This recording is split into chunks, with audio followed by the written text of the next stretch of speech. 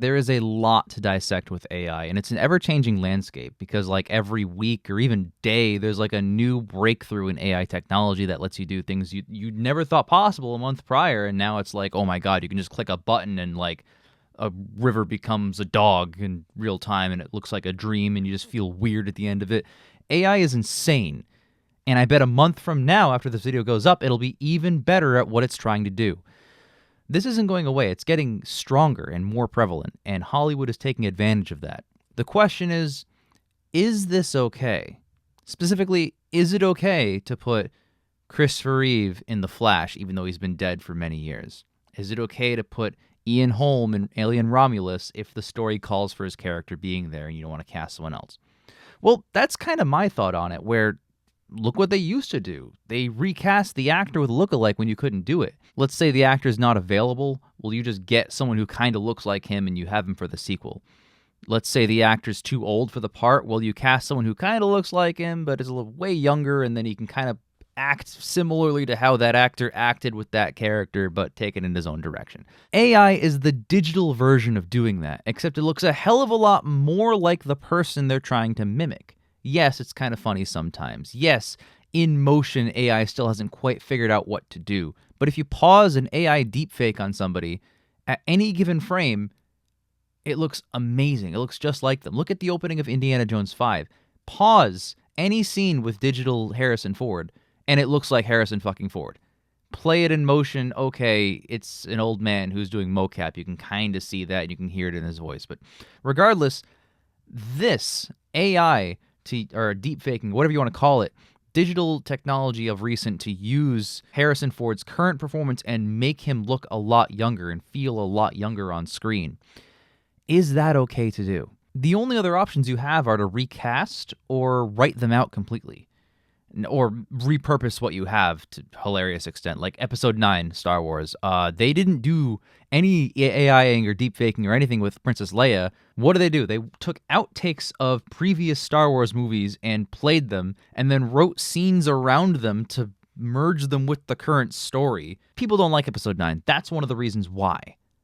Would they have liked it more if they made her digital? Well, they just fucking did in Rogue One. She was already digital. Like, they didn't recast her. They took Leia and they de-aged her. And I think they had a stand-in and de-aged her. That's a whole other can of... Whatever. Point is, they used fucking deepfakes and AI to make her younger again for Rogue One. And it was like 3 years prior. I had to get my Star Wars movies in timeline. 3 years prior to Episode 9, they did that with her. People freaked out at the time. Rogue One was one of the first big major movies to do something like this, and since then, other movies have copied it and done it. So people freaked out, saying, oh, this is not a good moral area to go in. But then a lot of people were also saying, like, oh, well, you know, it looks pretty decent given what it is, and it's better than if you recast it. That's kind of where I am. I think the thing is, she consented at the time to have that happen. She was alive then. She wanted that to exist. She at least signed off on it. You know, she gave them the approval. They legally could not have done that if she said no. So as long as it's what the actor wished or would have wanted, or it's respectful and tastefully done, no one should have an issue with it. No one should. Because Carrie Fisher said it was okay.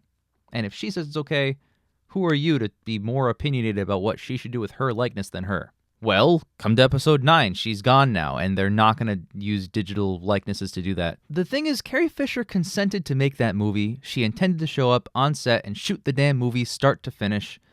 Fast 7 did this, and everyone loved it. When Paul Walker passed away and they had no choice, they had tons of choices in reality. They could either write him out, which would be very difficult. It's like a totally different movie at that point. Recast him, which you've already halfway shot his scenes, so what, you just get rid of the footage there? That feels more disrespectful. Or digital AI deepfaking. People fucking loved Fast 7 and said, wow, we're praising you, James Wan, for how you handled this situation, this horrible situation. You really took this story to another level. They lost their minds in happiness at what they did with Paul Walker. I think the reason that they saw it as okay morally there and not, say, Ian Holm and Alien Romulus or The Flash's cameos or anything like that, is because Paul Walker started to shoot that movie. He began the process of doing that movie. Okay, so if you're drawing the line at what the actor intended to do, If you're drawing the line in the sand saying if the actor wanted to do something, but he physically couldn't because he's dead or whatever else, but you use digital technology to carry the torch for him onward, then that's okay. If that's where you draw the line, then I'm sorry. But Harrison Ford is alive and he wanted that deepfake to happen. Everyone's freaking out saying it looks so bad. It looks fucking great. It's literally some of the best fucking face digital replacement you've ever seen in a fucking film. There's no better instance of it. Shut up.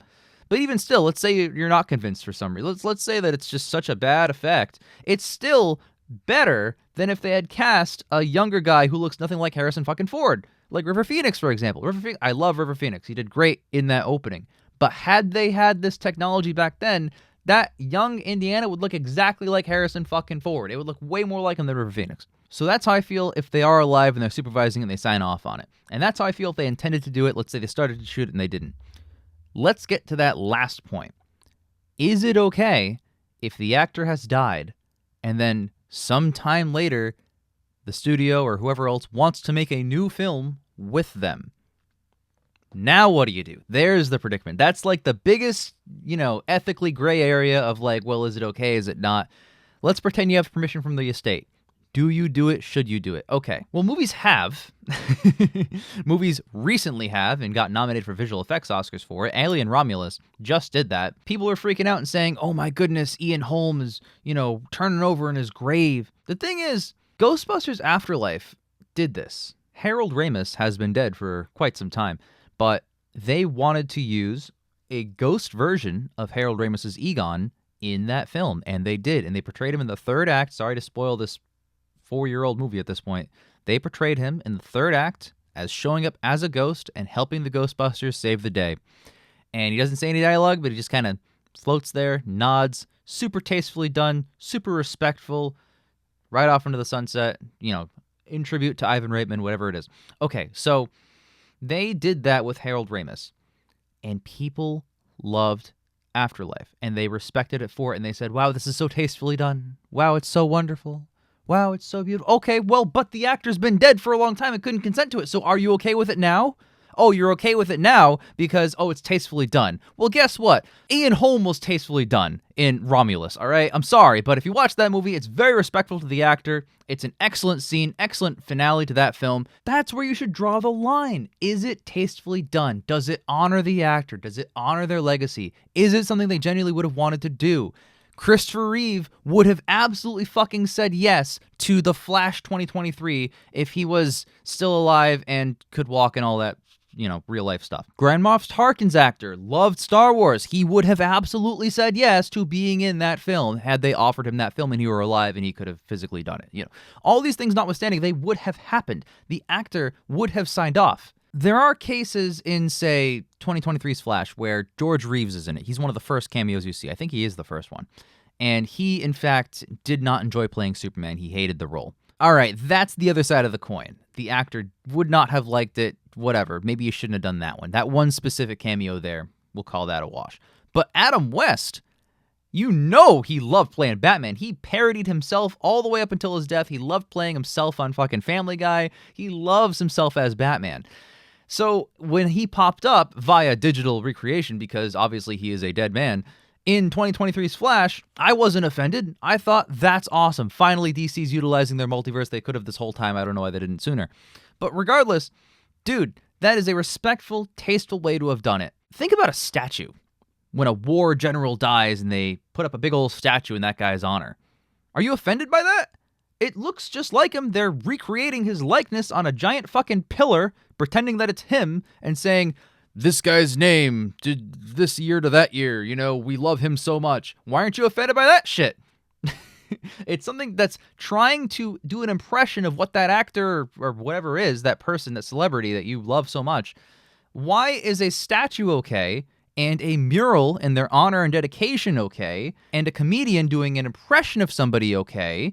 Why are all of these fucking things that you have never had an issue with okay, but a digital recreation is not? Including having a stand-in is okay. When Brandon Lee died on set of The Crow with 3 days left to shoot, Chad Stahelski, massively talented man, stood in for him And they digitally put Brandon Lee's face over his face. And people said it was very tastefully done and very good faith and what Brandon Lee would have wanted. Well, guess what? Where the fuck were you saying, oh man, The Crow is just the worst, most disrespectful thing ever. They should have canceled the movie. They should have canceled the movie. Brandon Lee literally died making the movie. And the way to honor him is to just cancel what he was, his final fucking project, what he put all of his fucking acting talent and effort into.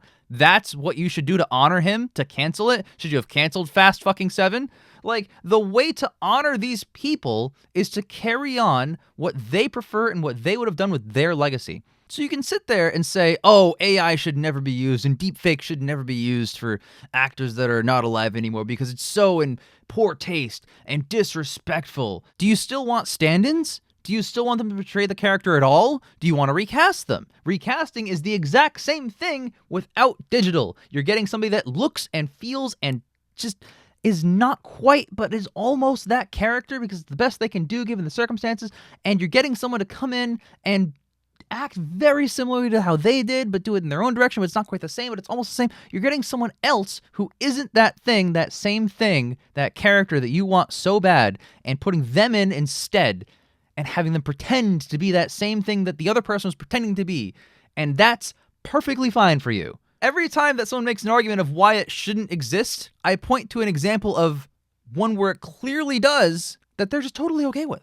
And I just don't get the hypocritical, double-sided nature of this whole AI business. Now, I do understand, and I will put a little bit of caution on this and say, like, hey, asterisks, it's an ever-evolving landscape. It's changing very quickly. Like I said, every week, sometimes every fucking day, there's a brand new piece of AI-related technology doing something that it could not have done prior that it now can do in less than 1 second. That would take a human hours or days to have done themselves. Actors already own their likeness. After death, their family still already owns their likeness. Studios, no matter how great AI gets, cannot legally use their likeness. They have to get permission from either the actor themselves, or if they're not, if they're dead, they've got to get their estate. If they have consent to use an actor's likeness in a film, and it is a film and role in which the actor, reasonably can assume would have wanted to be in, then what's the issue? I keep bringing up Christopher Reeve in The Flash. If the cameo of Christopher Reeve in The Flash was, camera goes to him and Supergirl, and Christopher Reeve, flips off the audience, right? I'd be like, wow, that's very in poor taste and very disrespectful. Why did they do that? That kind of shits on the legacy of Christopher Reeve as Superman. But that would be in very bad taste. What they did in The Flash, I think, was very good taste. It portrayed them. You've never seen those two characters on screen before, even though they're in the same continuity, him and Supergirl. That was so fun and satisfying as a fan of those classic movies. I thought that cameo was very well handled, for as brief as it was. And it was the right amount of time. If it stayed a little longer, it would have overstayed its welcome. So it just got in, got out, did what it had to. Would you have rather had a stand-in for Christopher Reeve? That's not the same. It doesn't feel the same as seeing Christopher Reeve as Superman on screen. I'm sorry. Here's a bigger question. Let's pretend that AI gets perfect and looks perfect. And if you click the Christopher Reeve button, fucking real Christopher Reeve pops up on your screen and you're dead convinced. There's no difference. Okay. Do you still feel the same? Do you still feel like it's in bad taste? Do you feel like it's in worse taste now? Did you appreciate the flaws back then? We're going to hit a point, whenever that is, whether it's a year from now, 5 years from now, longer, we're going to hit a point where AI and deepfaking and CGI will cross the uncanny valley perfectly. It's damn close now. It will hit that point where it is perfect and you can just generate a celebrity, whether they're alive or dead, with picture freaking perfect detail. And they'll be able to fill in roles so long as their estate signs off and everyone's paid their proper dues. That will be the reality we will live in. You don't have to like it, but that is the direction we were heading in. Bela Lugosi, I think his son or his grandson was a lawyer, and he sued Universal and won and set legal precedent for actors after their deaths keeping the rights to their estate, their likeness. Even after the 96 years go by and the thing becomes public domain, the actor doesn't. The actor never does. That is beautiful. That is perfect. That is exactly what the law should be. So with those current laws in place, and I'm sure more will get developed as AI will go on, as long as it is tastefully handled, respectfully handled, and everyone is obviously consenting legally, then this is the world we're living in. Like, this is it. This is the way to do it. This is a better way to do this than if you had cast a lookalike actress as Leia in Rogue One, a lookalike Harrison Ford, like a modern River Phoenix in Dial of Destiny. This is the better path to take because it actually looks like the characters that they're trying to convey. There are bigger questions at hand that are much, much wider reaching with bigger consequences. Should AI be used in art? How will the lawsuits against AI pan out? I don't know the answers to any of those. I know that AI is best used as a tool to replace work that humans did not want to do anyway. Let the AI do macro data refinement. I only know that because I watched Severance. But like the most boring possible jobs that, people get paid either really good money because it's a terrible job or really shit money because it's a terrible job. Let the AI do all those jobs, right? So that humans can have more time to do what they love, like making art or sleeping enough. Use it as a tool. Like it's like a chair. It's like my chair here. It is doing the work that I did not want to perform standing because my legs would be tired if I just stood here and yelled this all into a microphone all day. It's doing the work for me, but it's not replacing me. You could even point to the lawsuit with Back to the Future when Crispin Glover didn't come back and they used a face model on a different actor of that guy's face. So Crispin Glover sued and won because of the pre-existing Bela Lugosi laws. So you can't use AIs and deepfakes of a very famous celebrity without their permission or their estate's permission if they're deceased. So that already exists. So anytime you see an AI or a deepfake in a movie and it's of an actor that's passed away and you feel like it's uncomfortable, the family of the person thought that this was a tasteful enough situation that they signed off on it. The family of the person, the ones who knew him, the ones who care the most about that guy's legacy. Those are the people that said, yes, this instance of using this guy's face is A-okay with us. We'll sign off on this project. I'm sorry, but your opinions are not as strong as theirs. So if you see it in a movie, that means they signed off on it. That means they think it's more tasteful than you think it's tasteful. And frankly, that matters more. There are things worth getting mad at in Hollywood. That's not really one of them. Get mad at, like, why Nick Cage wasn't Ghost Rider in Deadpool and Wolverine. There was never a better time for him to have come back.